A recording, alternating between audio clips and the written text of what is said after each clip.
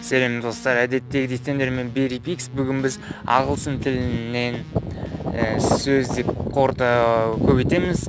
Бүгін бізге келіп түскен сөз ол horse деген сөз. Horse деген сөз ол жылқы деген мағынаны білдіреді. Мына бірінші тұрған сөз. Және келесі сөз horseback, жылқы үстінде деген сөз. Яғни жылқының үстіне міну, жылқы үстінде деген мағынаны білдіреді. Ал үшінші сөзіміз horse-drawn, жылқыға жеу. Яғни арбаны тағы басқа затты жылқыға жеген кезде қолданатын сөз. Одан кейінгі сөзіміз horse-fresh, жылқы еті. Horseless, жылқысыз. Horseman, шабарман, яғни жылқыда ойнайтын, жылқының құлағында ойнайтын адамды шабарман дейміз.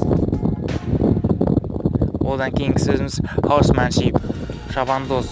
Бұл да horsemanмен бірдей тіркеседі. Және келесі сөзіміз horsepower. Horsepower деген сол жылқы күші, жылқы қуаты деген мағынаны білдіреді. Келесі сөзіміз horseshoe, таға деген мағынаны білдіреді. Яғни horse деген бұл жерде ат, shoe деген аяқ киім деген мағынаны білдіреді. Ал екеуі бірігіп horseshoe, екеуі таға деген мағынаны білдіреді. Яғни бұл таға дегеніміз ол жылқыға арналған аяқ киім, былайша айтқанда темір аяқ киім. Таға және тағалау, тұяқты тағалау деген мағынаны білдіреді. Ал ең соңғы сөзіміз ол horsey, жылқыша деген мағынаны білдіреді. Бүгін біздің сөз қорымыз осымен бітті.